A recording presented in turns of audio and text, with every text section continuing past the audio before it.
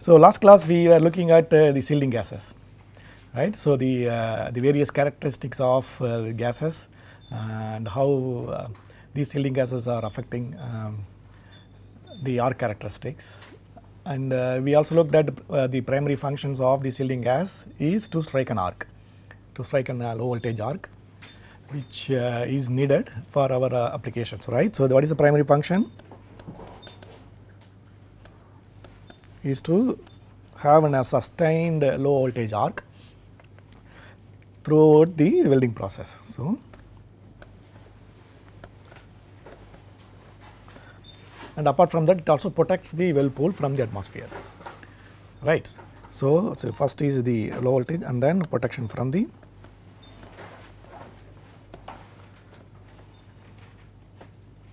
atmosphere. Okay. And apart from that, there are a lot of secondary functions we looked at. So, for example, the weld bead geometry, the depth of penetration, as well as the width, the weld aspect ratio can be seriously affected by the shielding gas. Okay, and we looked at the relationship between, right. So, for example, the arc pressure, arc temperature. So, if it is an arc radius, so if you use an argon, so your the arc pressure will be extremely high in the center of the arc. Okay, whereas if you use either diatomic gas or gases with high thermal conductivity, isn't it? So, high thermal conductivity is defined by how good in the convection heat transfer in some of the gases.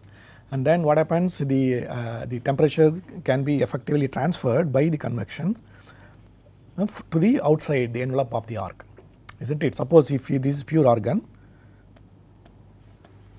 if you replace this with an argon plus say some amount of helium, so then the temperature would, the arc pressure and the temperature would be something like homogenizing, something like this, isn't it? So, because of the effective heat transfer from the arc core to the arc envelope, and this would lead to obviously the penetration characteristics, right.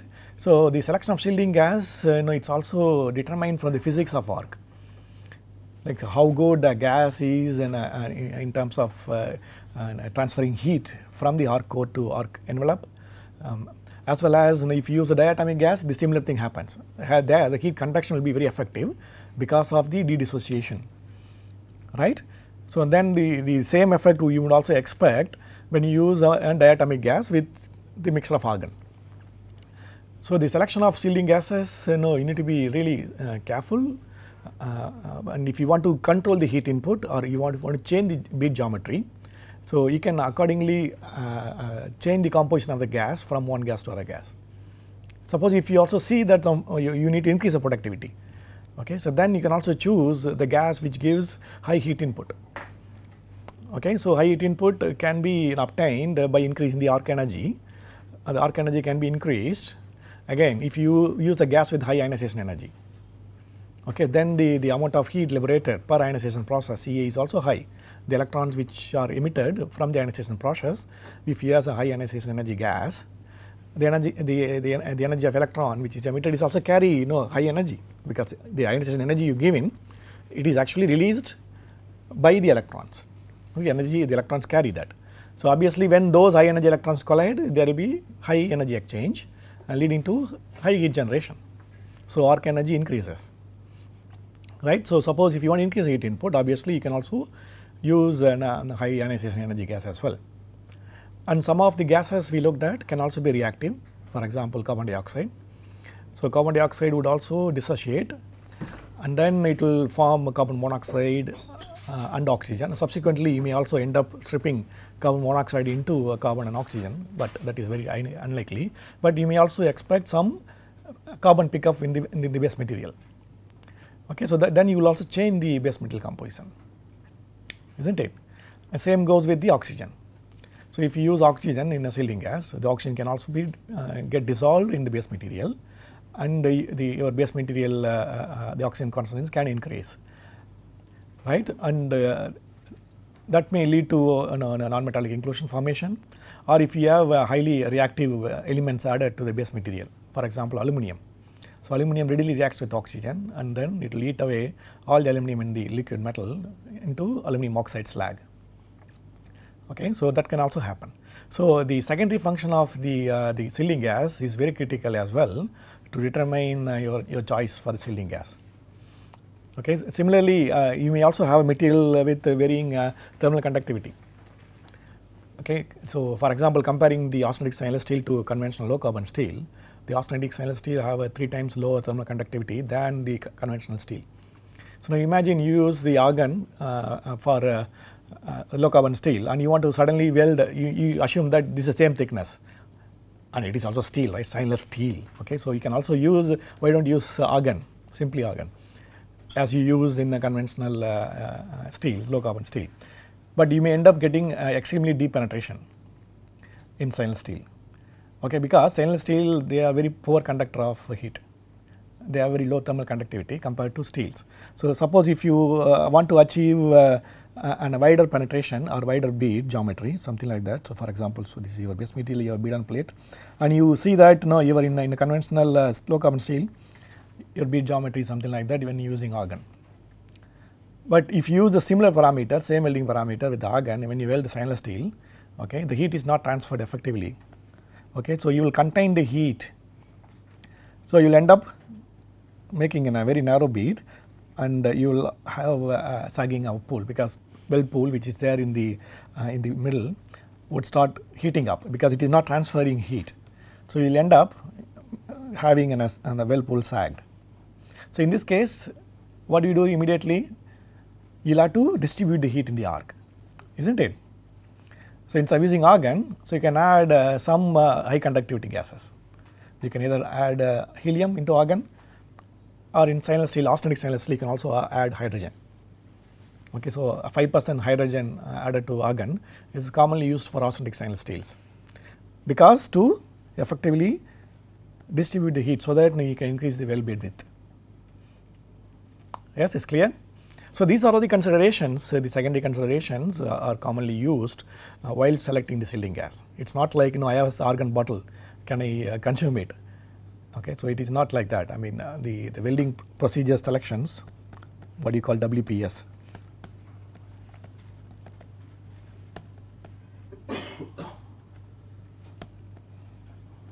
Okay. And it is a very large exercise if you want to generate an welding process parameters, and we will have to consider all these aspects in order to generate a sound weld bead. Okay. Good. So, sometimes you also see an effect of the dissolved gases on the surface tension of the weld pool, because surface tension of the weld pool can also change your bead characteristics. So, again, so these are all secondary functions you need to consider while selecting the sealing gas. So, that is what we looked at in last class, right. So, we will move on to the material specific sealing gases by considering all these aspects, and then in this class we will see what are the commonly used sealing gases for a given alloys. Okay. So, we will start from steels. The sealing gas is for GTAW is argon. Okay. And if you are using an metal arc welding or a shielded metal arc welding, in most of the case sometimes you use self shielded electrodes. What do you mean by self shielded? That means the sealing gas is generated by burning the flux. So, these fluxes generally contain CaCO3. So, when you burn this, so it becomes CaO plus CO2. That is how you generate the shielding gas. Okay. So, by burning, so this gas is generally used for arcing. Okay. So, carbon dioxide is also widely used for very low end applications. Again, if you use pure CO2 as a shielding gas, and there are a lot of problems we looked at it, because of the de-dissociation and the very reactive nature of the gas, the arc voltage increases significantly. So, any diatomic gas would lead to increasing in arc voltage. So, why do they increase the arc voltage? Because when you have you need to have a sustained generation of ions, so that you will have a good electrical conductivity. So, again the relationship between the electrical conductivity with the number of electrons. What is that? Can you recall? Come on guys. Sigma is equal to E square E and then Ne and then Le. Come on, I am older than you. 8 Me KT by pi. So, this guy, what is that Ne? So, number density of electrons, isn't it? So, now if you have a gas with high ionization energy or diatomic gas, so what will happen then? The amount of electrons in the arc decreases significantly, isn't it? Suppose if you have diatomic gas, so the de-dissociation would eat away the already dissociated gas atoms, gas molecules. Okay, so then again the process has to be started again to generate more electrons, isn't it? So, in that process your resistivity of arc increases significantly because you lose the electrons, isn't it? So, if resistivity increases, obviously voltage would, what is the relation between resistance and voltage? V equal to IR, good. So, what happens then if R increases for a given current? Voltage increases obviously. So, it's all again coming from the physics. So, when you use a diatomic gas, your resistance of the arc increases, then voltage increases for a given field, right. So, that is the reason when you are using say for example CO2, your heat input also increases significantly, the arc energy increases significantly because voltage increases, okay, it's clear. So, for manual metal arc welding, if you are doing very rough work, CO2 is good, reasonably better, because you want to have a very high heat input so that you can weld more volumes. Okay, so you can melt and then deposit, you can weld more volumes. So, carbon dioxide, pure carbon dioxide can be used, but and because of all these dissociation phenomena, the increasing voltage, if voltage increases, then the arc stability decreases, because the fundamental definition of arc is you need to have a very low voltage and high current, isn't it? So, then the arc stability decreases significantly when you use a carbon dioxide or any diatomic gas. It's clear? So, for the steel, in order to if you want to have a very good quality welds done, safe bet is use argon. But argon again, you will have a deeper penetration, and if you want to weld in an autogenous mode, so you will have to spread the heat. Okay, so generally we add 1 or 2% or 5% carbon dioxide or helium, or in arsenic stainless steel hydrogen, so that we can spread the heat. Okay, otherwise you will have a very narrow bead, and which is not good for the mechanical properties of the weld, right? It's clear. So, in this table I just showed you the commonly used the shielding gases. So, argon and helium it can be used for any material to be safe, right. So, but then these are expensive gases. Okay, so you can't use it for in a roadside in a shop if you want to repair your motorbike. Okay, so you wouldn't expect that guy to use helium as a shielding gas, but then you will bankrupt. Okay, so your best bet is to have an SMAW either with a carbon dioxide cylinder, the black cylinder which you commonly have observed, and then just melt.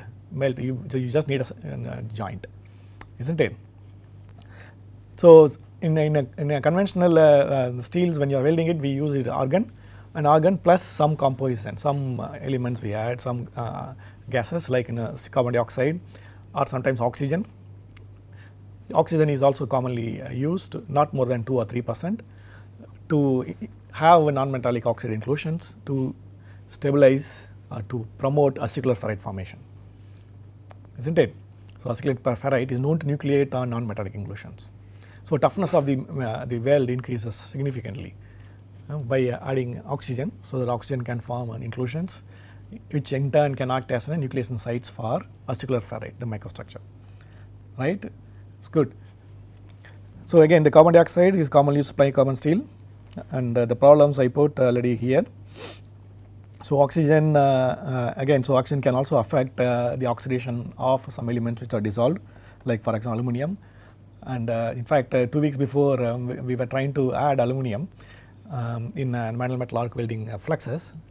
We were aiming for 1% aluminum in the base material, but we could never get not even more than 0.5% aluminum, because all aluminum is eaten away by oxygen as a slag. Ultimately you have aluminum oxide slag. So it is very difficult to have aluminum added from the consumable to the base material when you are using in a consumable welding process, because aluminum is very difficult to add from the electrode to the base material, because aluminum would oxidize readily from aluminum oxide. Okay. So you need to have a proper control shielding to have aluminum diluted to the weld metal. Okay. Sometimes you use nitrogen. So nitrogen is commonly used for copper. Okay. So helium is most advantageous for copper, but nitrogen is also equally good convective gas, but not as good as hydrogen or helium, but it is expensive. Okay, both hydrogen and helium. So sometimes nitrogen can be used, but nitrogen can never be used for nickel alloys. Okay, I will go one by one in the slides because of nitrogen induced porosities. Okay, so we will see one by one. So I am just summarizing in this table. And hydrogen, not pure hydrogen never used in welding, then you will have fun in the lab. Okay. So hydrogen some amount is added again to distribute the heat arc temperature, because it is also very highly convective gas. Okay. Mainly for austenitic stainless steels to overcome the problem of low conductivity, thermal conductivity, in order to increase the bead width. So we add hydrogen, so that you can also add helium, both can work well, but the principle is the same. The convective gases distribute the heat in the arc so that the bead width can be increased, and if you use a diatomic hydrogen, obviously the arc voltage increases, leading to heat input increasing heat input, and we can do it now. We can weld it faster because we have wider bead and then high heat input. You can weld faster, so productivity increases. Right? It's clear. So whatever you choose as shielding gas, it all comes from the physics what we studied so far. The equations are derived for thermal conductivity. It's also important. Right. So that gives the basic knowledge about how the arc temperature is generated, the relationship between the ionization and the electron flow in the arc. So that would in turn determine by the composition of the shielding gas. Okay. And the heat transfer I taught you, it's also again determined by the nature of the shielding gas. The conductive heat transfer determined by the collision as well as the dissociation and deionization, isn't it? And the convective transfer, buoyancy and the plasma jet formation, again related to density, buoyancy flow. Less density gases are highly convective. Okay, so it's all physics. So we may see that welding is not a white collar job. Welding doesn't have any hard science, but it is wrong. So we need to understand all the physical phenomena behind this process, so that we can control the process much better. Okay, good. So we'll go one by one. The first thing is, I just put very salient features of what we discussed so far. So we can look at readily referred these slides for welding of steels. For example, argon is very widely used. So we can add with 5% hydrogen only to weld austenitic stainless steel. Okay, for ferritic or martensitic or conventional low carbon steels, you can never use hydrogen. Then you will end up having just a simple cracked weldments if you use hydrogen for BCC structure or even BCT tetragonal structure or HCP structures. So you can use hydrogen only for FCC. The reason is due to because of hydrogen induced cold cracking. Okay, hydrogen embrittlement. Okay. So we add some amount of helium again to increase the productivity.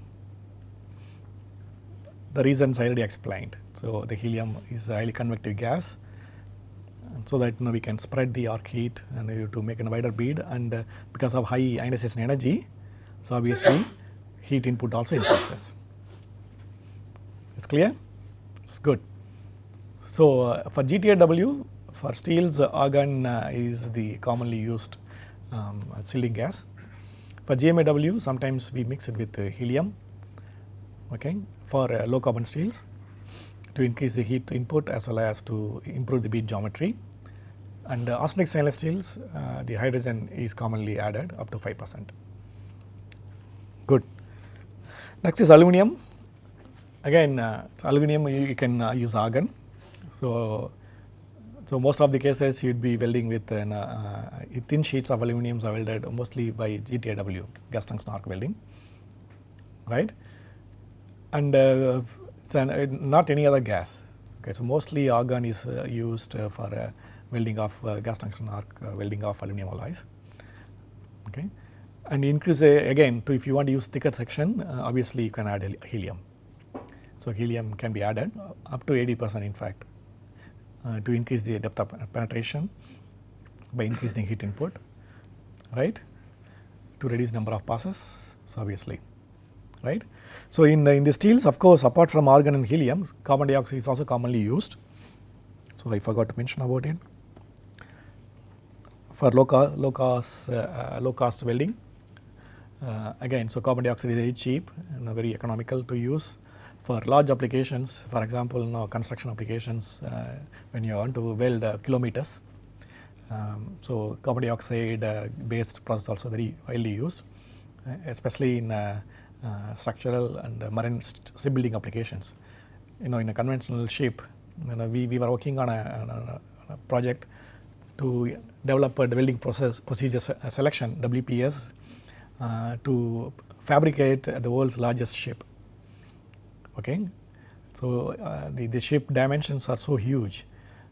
The actual length of ship is 750 meters, almost 3/4 of a kilometer, and the width of the ship is 250 meters, almost. So that is the actual dimension. If you want one place to one tip to other tip, one hull to other backside, you need to walk a kilometer. Okay, so the length of the weld of the entire welds were done to make the hull. It's close to 30,000 kilometers of welds. So the plates were made with S690 high strength steels of thickness of 20 mm, and each weld has 6 passes of 30,000 kilometers of welds. 30,000 kilometers of welds. Imagine amount of gas we must have used. Okay, it took us more than 7 years to build the ship. So we were developing the welding procedures, and if you use helium, you would consume the entire helium during this process. Okay, so the best bet is to use carbon dioxide, isn't it? So otherwise, if you use argon, the entire project will be bankrupted, right? So you'll be using tons and tons of argon. So these kind of voluminous applications, CO2 is the savior. But then there are some problems, as I explained, the arc voltage, heat input, reactive gas. But then we'll have to play around with the parameters so that we can optimize the process for pure carbon dioxide.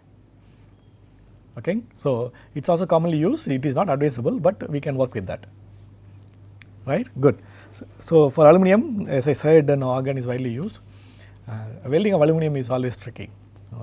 In terms of weldability, aluminum alloys are always problematic problem child, you can say, because of cracking and various issues, because of the thermal conductivity, distortion issues. So the controlling the arc characteristics is the safe bet to at least to weld aluminum alloys. So most of the cases when you are welding aluminum, we use simple argon, and we don't want to complicate the already complicated situation by using additional mixtures. Okay, so argon is widely used, and helium mixtures up to 80% sometimes can be used to increase the penetration, to weld the thicker sections. Yes, it's good. So welding copper and copper alloys. So obviously copper is highly conductive material, isn't it? So if you want to contain the heat, So, you need to do it in high heat input, is not it? So, otherwise heat will be dissipated, you will not be melting the material effectively, because heat is dissipated much quickly. So, you will have to increase the heat input of the arc, so that you can make some penetration, some melting, is not it? So, obviously, if the arc heat input has to be increased, the best bet is to use high ionization gas, right. So, the helium or helium argon mixture, helium 90% and 20% argon is widely used, so that you will have a high heat input gas. So, if helium is really expensive, and we can also use nitrogen. So, but nitrogen is also, it is not that dangerous, not that ineffective as carbon dioxide. So, nitrogen, once it is dissociated, it becomes highly convective. Okay. So, in that case, the ionization energy of the atomic nitrogen also higher, okay, than the carbon monoxide. That means that you can generate high heat input arc, and the heat also can be distributed somewhat effectively using nitrogen. So, for low cost, low end welding of copper alloys, pure nitrogen is widely used. Okay. So, it can be diatomic nitrogen, and then we can play around with the welding parameters to achieve the reasonable penetration. But then nitrogen again, because of dissociation, the stability, arc stability decreases, same as carbon dioxide. Voltage increases by using diatomic nitrogen. So, it may lead to a lot of problems, but we will have to overcome that if you want to have a low cost gas.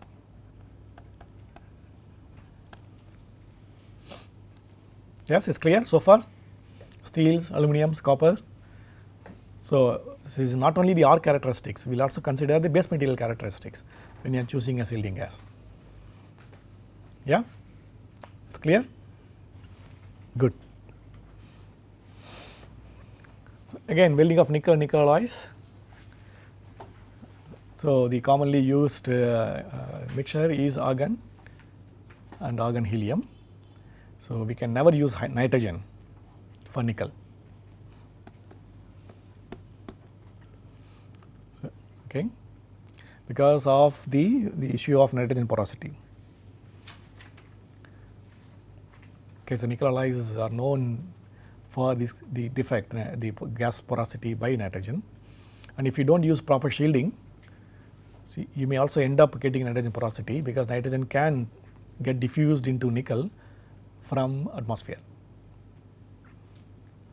Okay. So, nitrogen porosity is a very common problem, and the other common problem is nickel vaporization when you are welding nickel.